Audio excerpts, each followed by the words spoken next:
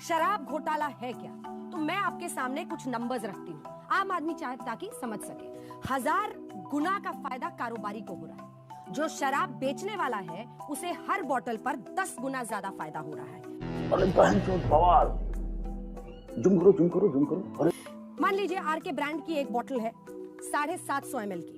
पुरानी नीति के मुताबिक उनको 33 रुपए 35 पैसे का फायदा होता था, लेकिन अब नई नीति पर 363 रुपए का फायदा होता है, जो कि 330 रुपए ज्यादा है। यानी प्रॉफिट ही प्रॉफिट, लगभग 1000 गुना का प्रॉफिट शराब कारोबारियों को, सेलर्स को हो रहा है।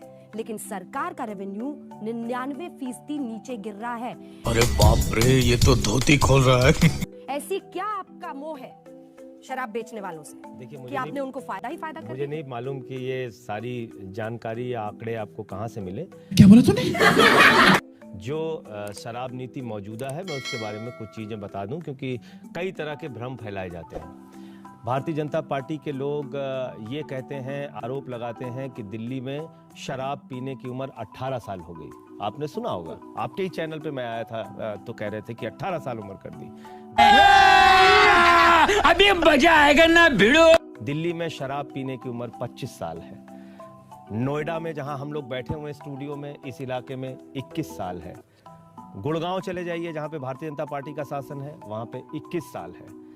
दूसरा आरोप लगाते हैं कि 144 करोड़ रुपए इन्होंने माफ कर दिया। 144 करोड़ रुपए माफ करने की कहानी के पीछे सच क्या है, ये जानना आपके दर्शकों के लिए बहुत जरूरी है। वो घोटाला कहते हैं उसको, माफ सॉरी मैं कह रहा हूं, वो तो घोटाला कहते हैं कि 144 करोड़ का घोटाला हो गया। दिल्ली में एमसीडी ने 85 करोड़ रुपए टोल वालों का माफ किया। कहने लगे साहब कोरोना में टोल बंद थे तो इसलिए हमारी कमाई नहीं हुई, माफ कीजिए। 85 करोड़ माफ कर दिया। 100 करोड़ रुपए आउटडोर एडवर्टीजमेंट्स का माफ किया गया। आउटडोर एडवर्टीजमेंट्स वालों ने कहा भाई लोग घरों से निकले ही नहीं, हमारा एडवर्टीजमेंट किसी ने देखा नहीं, 100 करोड़ उनका माफ किया। डिजास्टर मैनेजमेंट के लिए जो टीम बनी थी उसको कौन हेड कर रहा था? एलजी साहब हेड कर रहे थे। लॉकडाउन किसने लगाया था? एलजी साहब ने लगाया था। तो ये कहा गया कि भाई डीडीएमए के जरिए लॉकडाउन लगा और लॉकडाउन के पीरियड में अगर दुकानें बंद रहीं तो लाइसेंस फीस माफ होनी चाहिए। अब एक सवाल ये भी किया जाता है कि बहुत ज्यादा शराब के ठेके खुल गए, बहुत ज्यादा शराब के ठेके खुल गए। मैं अंजना जी आपके शो में पूरी जिम्मेदारी के साथ बताना चाहता हूँ, पुरानी शराब नीति में 849 ठेके थे, नई शराब नीति में फिर 849 ठेके ही थे।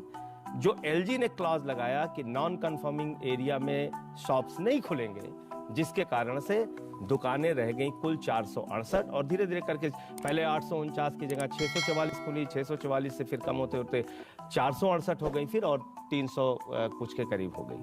कि आप कह रहे हैं कि हुआ है पर ये घोटाला नहीं हुआ है, ये नियम कानून के हिसाब से हुआ है। जी। एक बात जो आप लोगों की तरफ से की जा रही है जिसका कोई सबूत ही देने को तैयार नहीं है, वो है हमारे विधायकों को 20-20 करोड़ में खरीदना चाहते हैं। अच्छा, आप पूछ रही हैं कि सीरियल किलर जो है, हाँ। सीरियल ऑफेंडर जो है, उसके लिए आपको प्रमाण चाहिए। श्वेता जी 1 मिनट का टाइम दीजिएगा। जिन लोगों ने महाराष्ट्र के अंदर सरकार तोड़फोड़ करके गिरा ली, क्या कह रहे थे? ये शिंदे कौन है? मैं जानता ही नहीं। शिंदे से तो दूर दूर तक हमारा कोई संबंध ही नहीं है। शिंदे जो तोड़फोड़ कर रहा है उससे बीजेपी का कोई लेना देना नहीं। ये बीजेपी का आधिकारिक बयान था।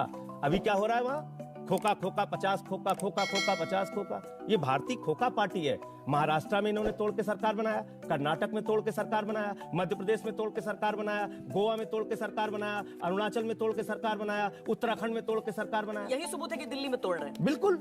और क्या प्रमाण चाहिए? और एक चीज ये बताइए मुझे आप, एक चीज और मुझे बताइए आप कि इनकी पार्टी के अंदर क्या काम करने का तरीका है? मुकुल राय पे छापे मारो, शारदा स्कैम कर दिया, नारदा स्कैम कर दिया, प्रेस कॉन्फ्रेंस करो, घेराव करो, तोड़फोड़ करो।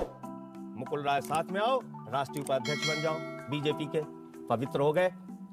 शुभेंदु अधिकारी भ्रष्ट है, शारदा स्कैम। हमारी पार्टी में आओ, पवित्र बन जाओ, लीडर ऑफ द पार्टी बन जाओ। हेमंत विश्व शर्मा ने वाटर घोटाला किया, बेईमान है। हमारी पार्टी में आओ, मुख्यमंत्री बन जाओ। अजीत पवार चक्की पीसिंग, सिंचाई घोटाला